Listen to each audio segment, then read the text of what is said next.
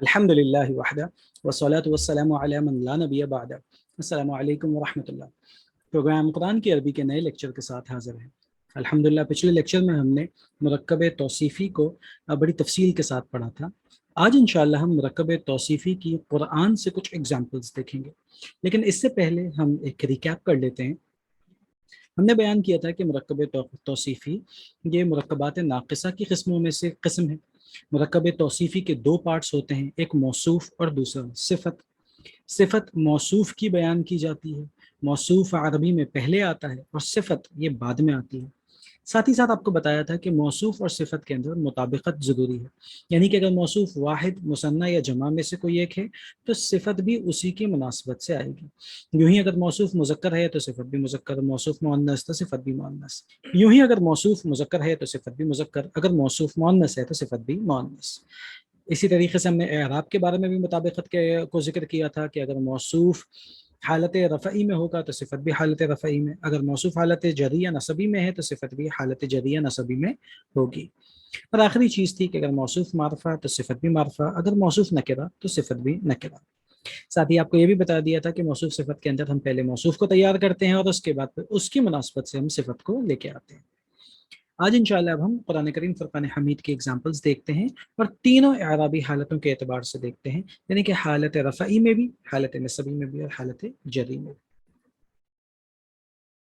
دیکھیے سب سے پہلی آیت مقدسہ ہے بل ہوا قرآن مجید۔ ظاہر ہے کہ ہم پوری آیت مقدسہ یہاں پہ ذکر نہیں کر رہے، بلکہ صرف اتنا حصہ ذکر کر رہے ہیں آیت کا کہ جس کے اندر ہمارے پاس موصوف صفت کا کمبینیشن، ایک مرکب ناقص، ایک مرکب توصیفی موجود ہے۔ دیکھیے قرآن مجید، اب غور کیجیے گا یہاں لفظ قرآن اور مجید یہ دونوں حالت رفعی میں ہیں، قرآن دو پیش کے ساتھ، مجید دو پیش کے ساتھ۔ پھر ساتھ ہی ساتھ دیکھیے دونوں مذکر ہیں کیونکہ مؤنث کی کوئی علامت نہیں پائی جا رہی، اور یہ کہ دونوں واحد ہیں کیونکہ نہ ہی مثنیٰ کی کوئی علامت ہے اور نہ ہی جمع کی کوئی علامت ہے۔ اگلی اگزامپل دیکھتے ہیں، رجال مؤمنون۔ اب دیکھیے رجال مؤمنون کے اندر اگر آپ ان دونوں لفظوں کو دیکھیں تو یہ دونوں آپ کو نکرہ نظر آئیں گے۔ کیوں؟ کیونکہ معرفہ کی کوئی علامت نہیں ہے، نہ یہ اس میں علم ہے، نہ یہ اس میں اشارہ ہے، نہ ہی اس میں موصول ہے، نہ ہی یہ معرف باللام ہے، اور نہ ہی یہ ضمیر ہے۔ تو چونکہ ان تمام چیزوں میں سے یہ دونوں کے اندر کوئی بھی علامت نہیں پائی جاتی، لہٰذا یہ معرفہ نہیں ہے بلکہ نکرہ ہے۔ اب دیکھیے دو نکرے ایک ساتھ آ گئے، تو ہم نے کیا کرنا ہے؟ ہم نے سب سے پہلے یہ دیکھنا ہے کہ کیا اس کے اندر اعرابی اعتبار سے بھی مطابقت پائی جاتی ہے۔ بالکل، دیکھیے رجالن یہ حالت رفعی میں، اور مؤمنون یہ مؤمنون خود ہمیں بتا رہا ہے، اونا کی ساؤنڈ ہمیں بتا رہی ہے کہ حالت رفعی میں۔ ساتھ ہی ساتھ دیکھیے رجالن یہ جمع ہے، مؤمنون بھی ہمیں پتا ہے کہ یہ جمع ہے، دیکھیے آخر میں واو نون آ رہا ہے، ہم جمع مذکر سالم کے وہ تفصیل سے پڑھائے ہیں تو لہٰذا اب ہمیں پہچاننے میں کوئی دشواری نہیں ہونی چاہیے۔ اور آخری چیز دیکھیے رجال مذکر ہے اور مؤمنون بھی مذکر ہے۔ یوں ہی آتے ہیں دیکھیے نساء مؤمنات، یعنی کہ نساء مؤمنات ملا کے پڑھ رہے ہیں تو نساء مؤمنات۔ اب دیکھیے نساء مؤنث ہے، مؤمنات مؤنث ہے، نساء نکرہ، مؤمنات بھی نکرہ کیونکہ معرفہ کی کوئی علامت نہیں پائی جا رہی، نساء حالت رفعی میں، مؤمنات بھی حالت رفعی میں، اور نساء مؤنث ہے، جمع مؤنث ہے، مؤمنات بھی جمع مؤنث ہے۔ اگلی اگزامپل دیکھتے ہیں، دیکھیے وذالک الفوز المبین۔ الفوز اور المبین ان دو الفاظ کے اوپر غور کیجئے، دیکھیے دونوں کے اوپر الف لام لگا ہوا ہے، اس کا مطلب ہے معرفہ ہے، الفوز بھی معرفہ اور المبین بھی معرفہ۔ الف لام لگا ہوا ہے لہٰذا تنوین تو نہیں ہو سکتی۔ اب اس کے اوپر حرکات کون سی ہیں؟ دیکھیے الفوز کے اوپر بھی پیش ہے اور المبین کے اوپر بھی پیش ہے، اس کا مطلب ہے یہ دونوں حالت رفعی میں ہے۔ تیسری چیز دونوں مذکر ہیں کیونکہ مؤنث کی کوئی علامت نہیں پائی جا رہی، اور آخری چیز دونوں واحد ہیں کیونکہ مثنیٰ اور جمع کی کوئی علامت نہیں پائی جا رہی۔ الفوز المبین، کھلی کامیابی۔ آخری اگزامپل دیکھتے ہیں، دیکھیے الا القوم الظالمون۔ اب دیکھیں یہاں پہ القوم اور الظالمون یہ دونوں آئے ہیں، الف لام دونوں پہ داخل ہے، اس کا مطلب ہے دونوں معرفہ ہیں۔ دو معرفے ایک ساتھ آ گئے، اب اس کا مطلب ہے کہ عین ممکن ہے کہ موصوف صفت ہوں، آگے دیکھتے ہیں مطابقت ہے کہ نہیں۔ القوم یہ جمع ہے کیونکہ یہ لفظ ہی کثیر افراد کے اوپر بولا جاتا ہے، جماعت کے اوپر بولا جاتا ہے، لہٰذا اس کی مطابقت سے دیکھیے ظالمون یہ بھی جمع آ گیا، دونوں حالت رفعی میں ہے، واو نون حالت رفعی کی علامت ہے، وہاں پہ دیکھیے واو نون موجود ہے، اور القوم اس کے اوپر دیکھیے پیش موجود ہے، لہٰذا یہ بھی حالت رفعی میں ہے۔ اور تیسری چیز القوم جمع ہے، الظالمون یہ بھی جمع ہے، تو لہٰذا اب ہم اس بات نتیجے پر پہنچ گئے کہ القوم الظالمون یہ دونوں موصوف صفت ہے۔ حالت رفعی کے ہو گئے، اب انشاءاللہ ہم حالت نسبی کے دیکھتے ہیں۔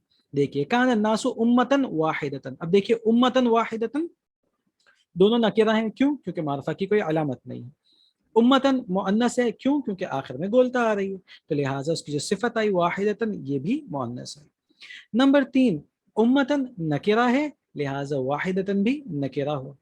اور آخری چیز یہ کہ دیکھیے امتن یہ حالت نسبی میں ہے، لہٰذا واحدتن بھی حالت نسبی میں ہے، اور اس کی علامت کے طور پہ یہاں پہ 2 زبر کی حرکتیں موجود ہیں۔ اگلی اگزامپل دیکھتے ہیں۔ دیکھیے اگلی اگزامپل میں ہے قرضاً حسناً، قرضاً حسناً، دیکھیے دونوں نکرہ ہیں کیونکہ معرفہ کی کوئی علامت نہیں ہے۔ دوسری چیز دونوں حالت نسبی میں ہے، دیکھیے کیسے پتہ چلا ہمیں، قرضاً کے اوپر 2 زبر ہیں، حسناً کے اوپر بھی 2 زبر ہیں، یعنی حرکات کے ذریعے ہم اس بات کو جان گئے کہ یہ دونوں حالت نسبی میں ہیں۔ نمبر 3 دونوں مذکر ہیں کیونکہ مؤنث کی کوئی علامت نہیں پائی جا رہی، اور نمبر 4 دونوں واحد ہیں کیونکہ مثنیٰ اور جمع کی کوئی علامت نہیں پائی جا رہی۔ اگلی اگزامپل دیکھتے ہیں، لیلاً طویلاً، رات کے طویل حصے میں، اب دونوں نکرہ ہیں، دونوں مذکر ہیں، دونوں حالت نسبی میں ہیں، اور ساتھ ہی ساتھ دونوں واحد ہیں۔ اب انشاءاللہ ہم حالت جری والی اگزامپلز دیکھتے ہیں۔ دیکھیے واللہ ذو فضل عظیم، فضل عظیم، دیکھیے دونوں فضل اور عظیم یہ دونوں کے دونوں حالت جری میں ہیں۔ پھر یہ دیکھیے دونوں نکرہ ہیں، دونوں واحد ہیں اور دونوں مذکر ہیں۔ اگلی اگزامپل دیکھتے ہیں، صراط مستقیم، ملا کے پڑھیں گے تو الی صراط مستقیم، صراط مستقیم، دیکھیے دونوں نکرہ ہیں، دو نکرہ ایک ساتھ آ گئے تو فوراً ذہن جانا چاہیے کہ کہیں یہ موصوف صفت تو نہیں ہے۔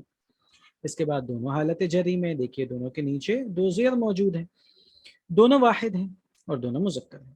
آخری اگزامپل دیکھتے ہیں، وَهُوَ رَبُّ الْعَرْشِ الْعَظِيمِ، العرشی اور العظیمی کو دیکھیے دونوں معرفہ ہیں کیونکہ دونوں کے اوپر الف لام موجود ہے۔